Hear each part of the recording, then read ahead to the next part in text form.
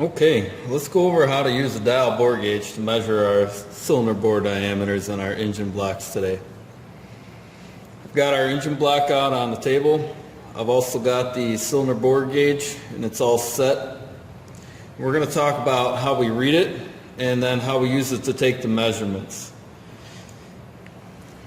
It's already been pre-set up for us down here and dialed in to our base measurement. So that's already taken care for us. We'll go over that, but that's likely going to be a whole separate video. Okay? So what we've done is we've set it to our minimum specification, which in the case of our engine is 2.125.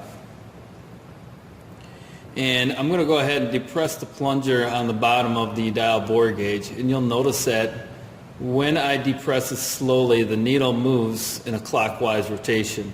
Okay?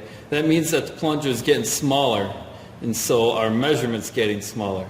So how this works is if the plunger is on 0, that's 2.125 while it's in the bore. And if it goes to the right of the 0, we're going to be subtracting from 2.125. And if it's to the left of the 0, that means it's not quite there yet, and it's larger than 2.125, so we'll be adding when the needle's on the left side of the 0. Okay? So I'm going to take this self-centering foot here, and I'm going to put the two silver wheels into the bore first. And I'm going to angle it, and I'm going to slowly lower it in, and then I'm going to straighten it out to align the handle of the dial bore gauge with the center line of the cylinder bore. Okay, and I'm going to rotate the gauge so you can hopefully see it better, and hopefully the camera focuses on the gauge. If not, I'll have to read it off to you and you'll have to take my word for it. We're more concerned about the technique than it is you being able to see the numbers on my dial here. So what I'm going to do is I'm going to tip this upright to align it, and my needle's going to be traveling clockwise, and I'm going to keep going slowly until the needle stops moving and it wants to go back the other way. And so what I'm going to do is I'm going to go back and forth a little bit, and I'm going to find that precise moment where the needle's still and it's not traveling either direction. And then I'm going to take my reading, and if you take a look, it's 1, 2, 3 lines away from the 0. Now on this dial, there's a 0.0005 or 5/10,000ths mark. That means that every line is 5/10,000ths. So if I have 3 lines between the needle and my 0, that means that it's 1.5 thousandths. And since the needle's to the left of the 0, if we were looking at it right, it's upside down, that would mean that we're adding. So we're going to take my base measurement of 2.125 and we're going to add another 1.5 thousandths, which would be 0.0015 or 15/10,000ths. So that would make the cylinder diameter right here 2.1265.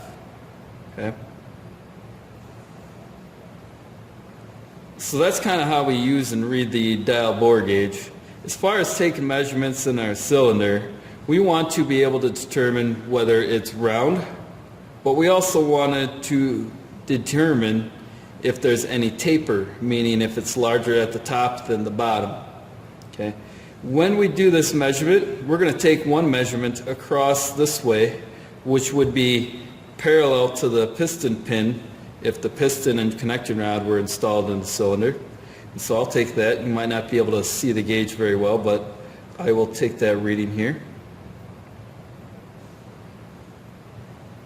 And I get pretty much the same as before.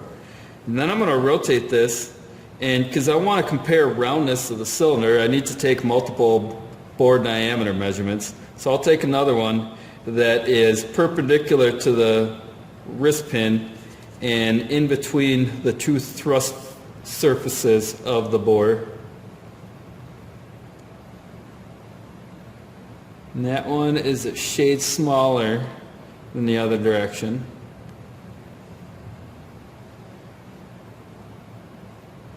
by about a half a division.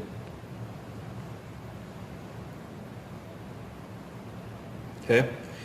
And then I'm going to rotate this to 45 degrees or halfway in between those two previous measurements and take another one just for checking purposes. And that one is the same as the one that's parallel with the wrist pin there. So I just did 3 measurements near the top of the cylinder, and they're all diameter measurements without having to remove the dial bore gauge from the cylinder bore. And so that tells me how round the top of the cylinder is. Now I need to lower this down to near the bottom of the ring travel in the cylinder bore and repeat those 3 same angle measurements to determine the roundness of the bore at the bottom of the cylinder, as well as once I write all this down and take a look at it, I can compare the top measurements to the bottom measurements and determine cylinder taper. Okay? We do want to be kind of slow and careful about moving this around inside the cylinder too. We don't want to accidentally leave scuff marks in the cylinder bore. As far as taking it out, I don't want to just pull it straight up out of there. I want to angle it to the side like opposite of how I put it in. That will slowly release the spring mechanism, and that's nicer on the gears inside the gauge. And then we want to be gentle with it and set it down nicely.